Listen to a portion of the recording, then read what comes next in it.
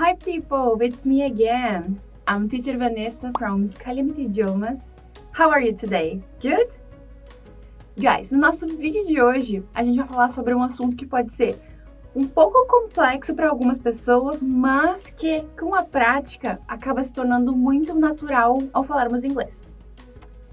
Hoje, nós vamos aprender sobre os gerunds in English.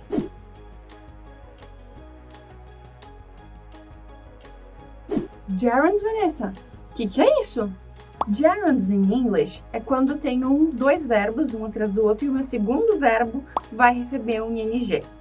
Nós falamos muito sobre verbos recebendo ing quando estudamos o present continuous, então o presente contínuo no inglês, que é o tempo verbal que nós usamos para basicamente falar sobre quando uma coisa está acontecendo naquele determinado momento. Por exemplo, she's eating an apple now. Ela está comendo uma maçã agora. Isso é o present continuous, é uma ação que está acontecendo nesse exato momento. E já tem um vídeo aqui no canal, que vai aparecer em algum lugar por aqui, te explicando tudinho sobre o present continuous, sobre como usar, como ele funciona, em que momento ele vai aparecer, para tirar todas as tuas dúvidas. Mas hoje eu quero te ensinar uma coisa um pouquinho diferente. Nós vamos usar o ing de uma forma diferente. Então dá uma olhadinha nessa frase. Eating apples is good for your health. Então, comer maçãs é bom para sua saúde. É bom para a saúde, né? Vocês viram como eu traduzi essa minha frase? Eu tenho eating apples e quando eu traduzo ela para o português, eu vou traduzir de para comer maçãs. E não comendo como a gente falaria se estivéssemos usando o present continuous. E isso é um gerund in English. Ok, deixa eu explicar para vocês as regrinhas para vocês entenderem que isso não é um bicho de 7 cabeças, tá? In English, os gerunds são usados em algumas situações específicas. Eu vou passar essas situações para vocês. Como nós vimos no nosso exemplo, quando eu quiser iniciar uma frase com o verbo, eu vou usar um gerund. Então, que nem eu usei antes, eating apples, né? A segunda forma que eu tenho de usar um gerund é quando eu tenho dois verbos, um depois do outro. Em alguns desses verbos vão exigir que eu use um gerund depois deles. A terceira forma é quando eu tenho uma frase e tenho uma preposição da minha frase e depois dessa preposição eu quero usar um verbo. Então esse meu verbo ali vai estar no ing. Vocês lembram que são as preposições? Aquelas palavrinhas que ligam as frases, tipo in, on, at, under. Logo mais a gente vai ver uma listinha direitinho. E a quarta forma de usar é depois de algumas expressões específicas, que eu também vou mostrar uma listinha para vocês. Alright. Então agora nós vamos entender direitinho como funcionam cada uma dessas regrinhas que eu passei para vocês. Nós vamos começar então com a primeira, que é quando eu vou iniciar uma frase então com um verbo, né? Se eu começar a minha frase com verbo, ele vai automaticamente ganhar a terminação em ing, tá bom? Por exemplo, se eu quiser começar com work, vai virar working. Eat, eating. Run, running. Ok? Mas a minha tradução, ela não vai ser o comendo que a gente já estava acostumado, né? Vai ser que nem a gente acabou de falar. Então vai ser trabalhar, comer, correr. Essa vai ser a tradução da minha frase. Vamos dar uma olhadinha em alguns exemplos. Eating vegetables is good for your health. Então, olha só. Se eu for traduzir essa frase, eu vou falar comer vegetais é bom para sua saúde. Né? Então, o ato de comer é o que eu estou me referindo, né? Running is very good exercise. Então, correr é um ótimo exercício. Agora, mais uns exemplos. Dá uma olhadinha. It's normal. Running is impossible. Então, é isso. Se a gente precisar começar uma frase em inglês com o verbo, lembre-se que a gente tem que começar com ing. Sorry, não fui eu quem criou isso. Mas é claro que, como tudo nessa vida, pra gente dificultar, a gente tem algumas exceções, né? Uma delas é quando a gente vai usar um imperative, ou seja, um imperativo, que é aquilo que a gente usa para dar ordens para alguém, né? Tipo assim, faça alguma coisa. Tipo assim, abra a porta, ok? Open the door. Do your homework. Tô dando comandos. Daí, nesse caso, então eu vou usar um imperative.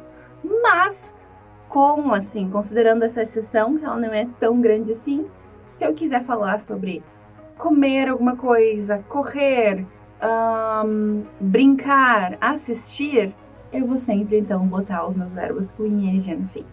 Go faster! Run, Joey, run for your life! Alright, a minha segunda situação de quando eu vou usar os gerunds vai ser quando eu tiver dois verbos, um atrás do outro, tá? Eu preciso, assim que eu tiver dois verbos, eu preciso automaticamente conjugar o meu segundo verbo de uma forma diferente. Uma dessas formas é usar, então, um gerund. Por exemplo, I avoid eating sugars on weekdays. Então, eu evito de comer açúcar nos dias da semana, durante a semana, né? No final de semana, cheating day, né? A gente pode comer, mas durante a semana, I avoid eating sugar. Então, avoid é um verbo e eat é o outro verbo, né? Então, o que eu fiz, o segundo verbo, que no meu caso foi o eat, eu botei ele no ing, ou seja, eu usei um gerund. I avoid eating sugar. Um outro exemplo aqui para vocês. I enjoy cooking for my friends. Então, eu gosto de cozinhar para os meus amigos. Enjoy, um verbo, cook, outro verbo. Então, eu vou botar o meu segundo verbo, que no caso é o cook, com ing. I enjoy cooking for my friends. Eu gosto de cozinhar para os meus amigos. E aqui tem mais alguns exemplos para vocês. Maybe you should avoid eating sushi from the gas and go. I do very much enjoy cooking Thanksgiving dinner. Horn enjoys cooking spaghetti and knitting. Ah, Vanessa, eu entendi. Então, se eu tiver, assim, dois verbos, eu sempre vou botar, então, o segundo verbo no ing. Ele vai ser sempre um gerund. I'm sorry, but not always. I'm really, really sorry. Assim, existem alguns verbos que eles exigem que eu use um gerund. Porém, existem alguns verbos que vão exigir que eu use um infinitivo. Então, que é aquela forma que a gente vê no dicionário, sabe? To eat, to run. E ainda por cima, existem aqueles verbos que vão aceitar os dois, gerunds and infinitives. Mas isso é papo para um outro vídeo. Hoje nós vamos focar em gerunds, ok? Logo mais eu prometo para vocês que vai sair um vídeo explicando como eu vou usar os infinitivos e quais são os verbos que aceitam os dois e tudo nos mínimos detalhes, ok? But today, gerunds, ok? Hoje então são só os gerunds. To help you a little bit, então para ajudar um pouquinho, eu vou passar uma lista de verbos então que aceitam apenas os gerunds, alright? Admit, avoid, consider, deny, enjoy, imagine, risk, keep, finish, miss, suggest, quit, and practice. Então, olha só, vou te passar alguns exemplos. Com o verbo miss, eu poderia falar I miss going to parties. Então, eu sinto falta de ir para festas. Deny. He denied going there. Então, ele negou ter ido lá. Quit. They quit smoking a long time ago. Então, eles pararam de fumar há muito, muito tempo. Admit. The criminals had admitted stealing the money. Então, os criminosos admitiram ter roubado dinheiro. E eu tenho mais alguns exemplos, olha só. I thought you quit smoking. Just go back up. Finish packing. Tá, Vanessa, tá, mas eu vou ter que decorar essa lista agora? Vou ter que saber esses verbos de cor? Assim, meio que sim. A gente vai ter que decorar essa lista. Mas não precisa pegar ela assim e sair decorando tudo. É como eu sempre digo. Quanto mais a gente vai praticando, mais fácil vai ficar. Então, assim, vocês vão praticar, vão falar verbos, vão falar frases, vão pegar músicas para praticar, vão ver filmes. E vocês vão vendo que isso vai automaticamente entrando no nosso vocabulário. Então, não é o bicho, tá? Que nem eu falei, não é um bicho de 7 cabeças. Eu falei lá no início, lembra? Continuando. Outro momento em que eu tenho que usar os gerunds é quando o meu verbo vem depois de uma preposição. Aqui tem uma listinha para vocês. In, on, at, about, of. Essas são apenas algumas das preposições. E eu vou mostrar alguns exemplos para vocês. What are you good at? I'm good at dancing. Então, no que você é boa? Eu sou boa em dançar. I'm not crazy about working out. Então, assim, ó, eu não gosto muito de me exercitar. My dad is afraid of dying. Meu pai tem medo de morrer. Olha só mais alguns exemplos para vocês. She is good at bluffing. Sometimes she's good at understanding. E isso também serve para expressões que terminam com preposições, né? Por exemplo, in spite of or there is no point in. E alguns phrasal verbs também acabam entrando nessa categoria porque eles terminam com prepositions, né? Com preposições. Olha aqui um exemplo. There is no point in waiting for him to come. Então não tem motivo, não tem sentido esperar por ele vir. Jane keeps on asking me to buy the tickets. Então a Jane continua me pedindo para comprar os ingressos, né? Os tickets. In spite of excruciating pain. There's no point in signing. There's no point in hiding. E por fim, então, nós vamos usar os gerunds com algumas expressões específicas. Por exemplo, can't help, it's no use, to be worth. Essas são algumas expressões que são muito comuns no inglês e que, por causa de alguma regra, a gente tem que mudar o nosso verbo depois para gerund. For example, com can't help tem uma belíssima. Vamos ver então. But I can't help falling in love with you. Coitado do Elvis, mas é isso. Então, I can't help falling in love with you. Então, eu não consigo evitar de me apaixonar por você.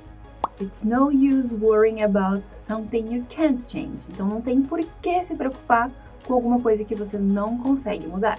E agora uma bem romântica, então, pra gente finalizar. You are worth waiting for. Então, vale a pena esperar por ti. Wow, nice, right? Here there are some other examples. You are worth waiting for. I can't help noticing this impressive view. There's no use in hiding anything now. There's no use in explaining either. So, let's review.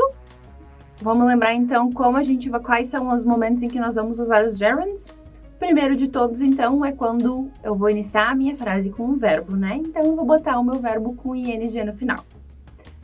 Segundo momento, então, é quando eu tenho dois verbos um atrás do outro, dos verbos daquela listinha lá que nós vimos, né?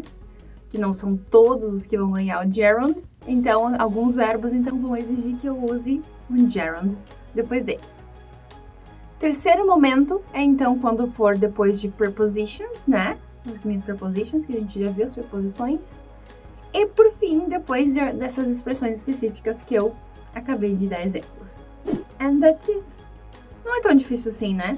Algumas, inclusive, a gente já usa e nem percebe que a gente está usando gerunds porque é tão natural e a gente acaba só usando. E, é claro, né, guys? É só questão de praticar e praticar e praticar. Alright? So, I hope you enjoyed this video and I'll see you next time. Bye!